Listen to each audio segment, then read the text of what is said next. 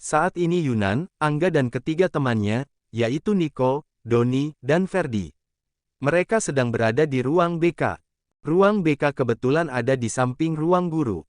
Dara sebagai wali kelasnya Yunan berada di sana, begitu juga Bu Maya, sebagai wali kelasnya Angga Cas. Murid ibu sudah berbuat ulah pada murid-murid saya. Lihatlah mereka dibuat babak belur sama Yunan.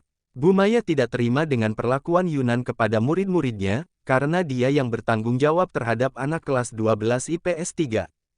Sementara Dara adalah wali kelas 12 IPA 1. Dia hanya bisa menghela nafas menatap Yunan yang sedang duduk di sampingnya. Memiliki suami seperti Yunan membuatnya harus banyak bersabar. Jangan mentang-mentang kamu anak Pak Tommy, kamu bisa berbuat seenaknya, Yunan. Pak Tommy sudah bilang pada kami semua sebagai guru agar bersikap netral sama kamu. Tidak boleh mengistimewakan kamu. Bu Maya memarahi Yunan, baru kali ini dia berani marah pada anak pemilik sekolah tempat dia bekerja, mungkin karena sudah tidak tahan dengan kelakuannya. Tapi kita jangan hanya mendengarkan dari satu pihak, Bu Maya. Kita harus mendengarkan penjelasan dari Yunan juga. Dari tadi Yunan belum dikasih kesempatan untuk bicara loh. Dara meminta Bu Maya untuk mendengarkan penjelasan dari Yunan juga. Untuk apa mendengarkan penjelasannya? Yunan tidak babak belur sama sekali, sementara murid-murid saya lihatlah keadaan mereka. Bu Maya menunjuk Angga, Nico, Doni, dan Ferdi yang sedang meringis kesakitan memegang wajahnya. Sementara Yunan, wajahnya begitu bersih, sama sekali tidak terlihat ada luka lebam. Sudah saya katakan, saya hanya menolong orang. Mereka yang berbuat ulah, mereka yang menyerang saya, ya saya lawan, masa saya diam? Tanya saja pada Malik, dia yang jadi korban pemalakan mereka. Yunan mencoba menjelaskan kejadian yang sebenarnya. Malik pun dipanggil ke ruang BK.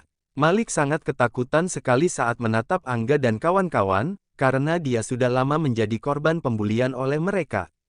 Dara mencoba bertanya pada Malik, Malik, apa benar kamu dipalak oleh Angga, Doni, Nico, dan Ferdi? Malik tak langsung menjawab, tangannya gemeteran. Dia terpaksa harus berbohong, enggak, Bu. Itu semua gak benar. Yunan tidak terima, dia segera berdiri mendekati Malik. Woi, gue sudah nolong lu tadi.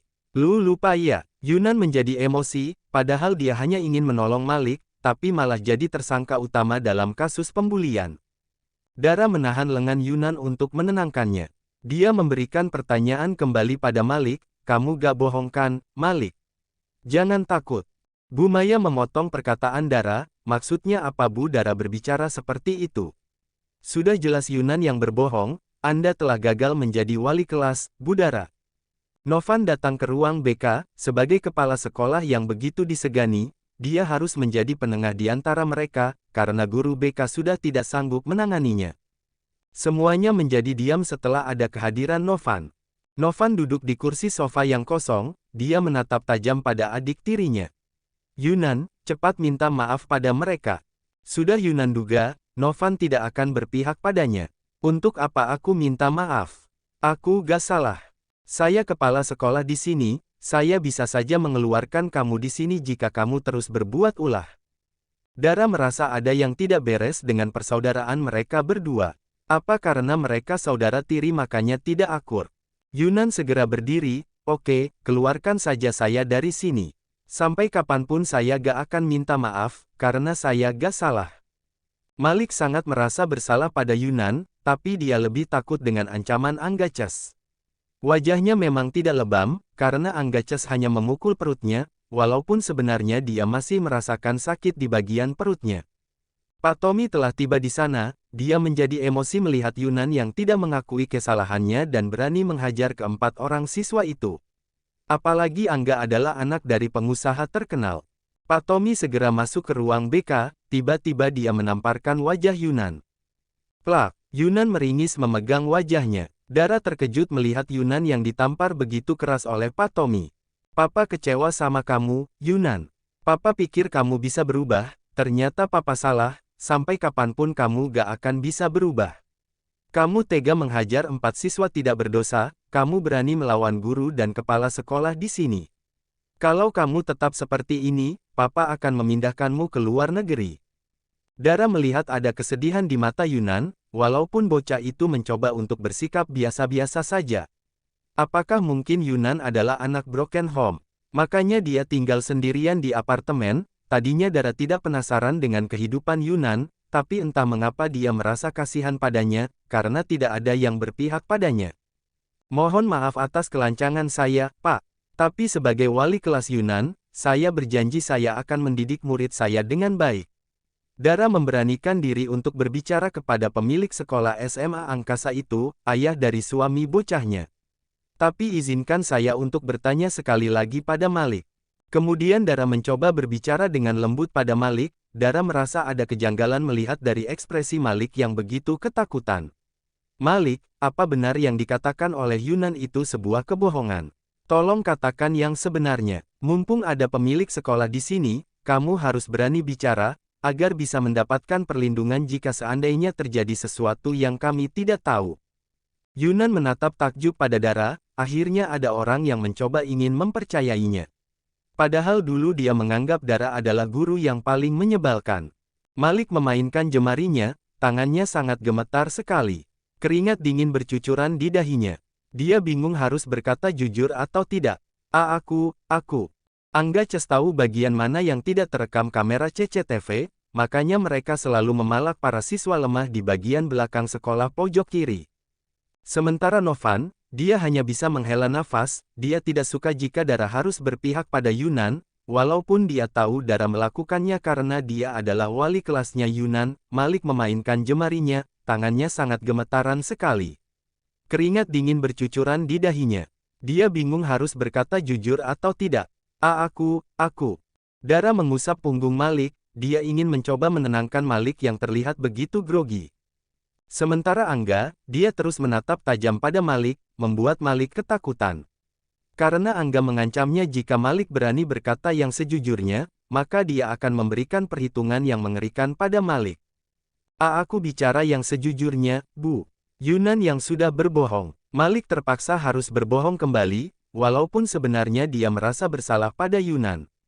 Yunan terlihat emosi, laki-laki seusianya pastinya belum bisa mengontrol emosi, namun tangan Dara menyentuh tangannya, untuk menenangkan Yunan.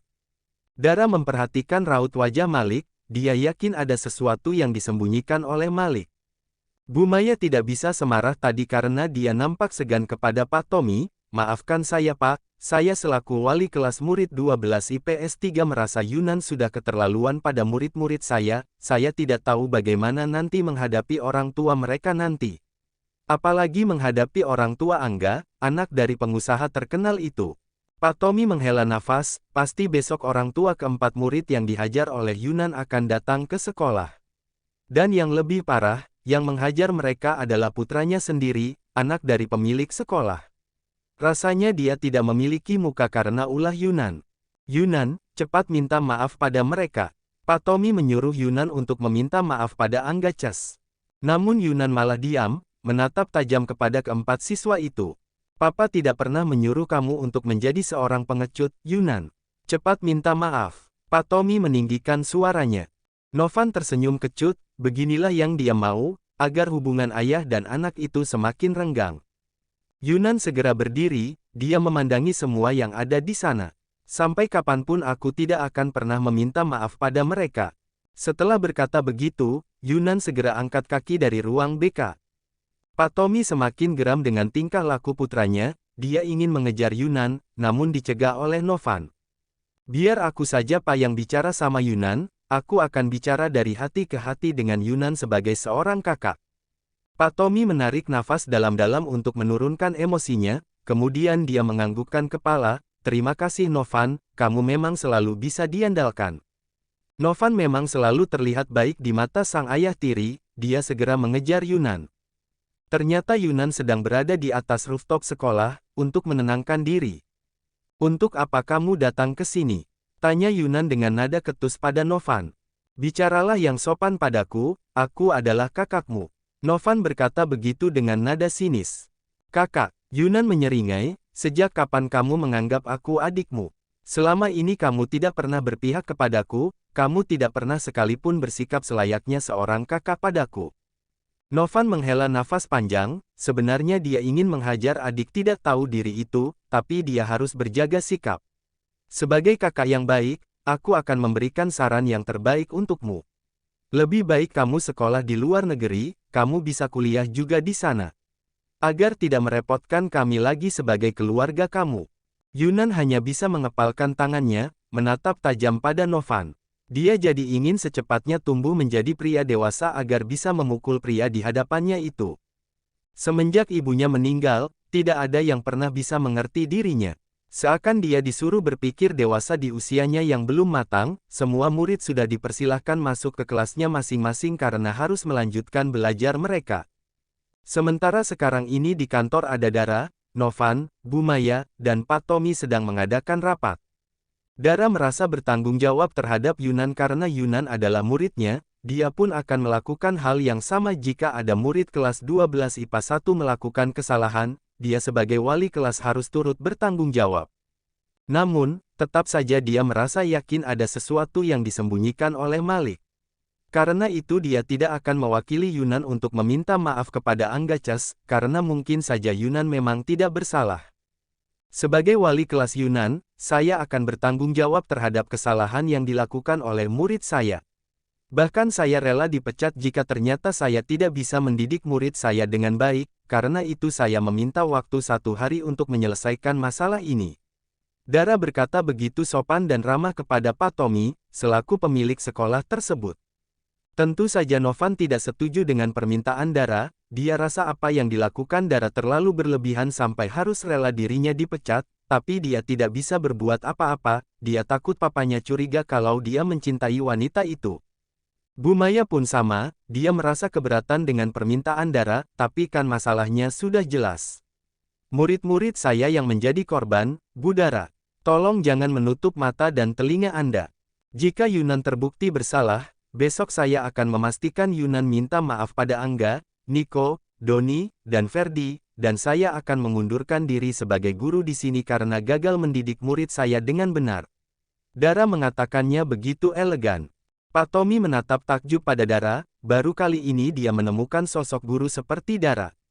Karena itu dia mencoba untuk memberikan waktu 1 hati pada Dara untuk melakukan tugasnya sebagai wali kelas Yunan. Baiklah, saya akan memberikan waktu 1 hari pada Anda, Bu Dara.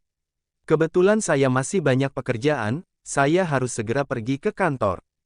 Novan menjadi kesal mendengarnya, mengapa Dara harus membela Yunan sampai segitunya. Bagaimana jika Dara keluar dari sekolah ini? Padahal dia memilih menjadi kepala sekolah di sini demi bisa setiap hari bertemu dengan Dara.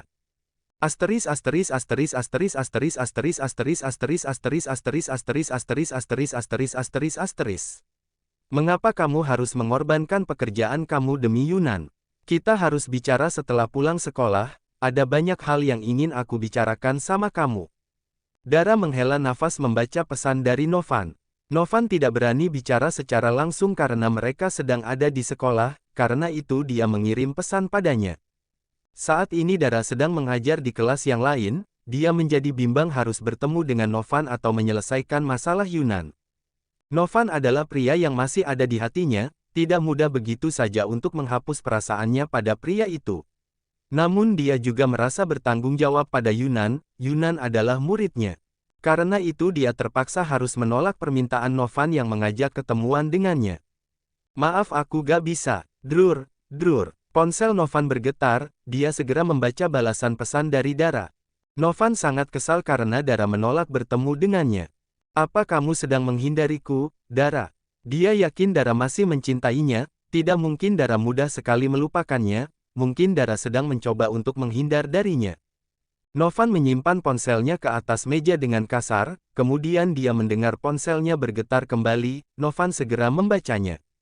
Dia pikir pesan itu dari Dara, siapa tahu Dara berubah pikiran, namun ternyata pesan itu dari Yuri. Sayang, jadikan malam ini ke apartemenku lagi. Novan sebenarnya malas bertemu dengan Yuri. Tapi mau bagaimana lagi, dia harus berpura-pura mencintanya. Dia sudah terlanjur melangkah terlalu jauh untuk bisa mendapatkan apa yang dia miliki, bahkan harus mengorbankan perasaannya. Asteris asteris asteris asteris asteris asteris asteris asteris asteris asteris asteris asteris asteris asteris asteris asteris. Waktu pulang sekolah telah tiba, semua murid bergegas pulang ke rumahnya masing-masing. Namun berbeda dengan Yunan, dia sedang berada di rooftop sekolah, mendengarkan musik, untuk menenangkan diri. Yunan sudah masa bodoh, dia mau dikeluarkan atau mau dipindahkan ke luar negeri, toh tidak ada yang peduli padanya. Percuma menjelaskan panjang lebar, tidak ada yang mempercayainya. Yunan terkejut begitu ada yang mencabut headset yang menempel di telinganya, dia segera menoleh ke belakang, ternyata Dara, guru plus istrinya.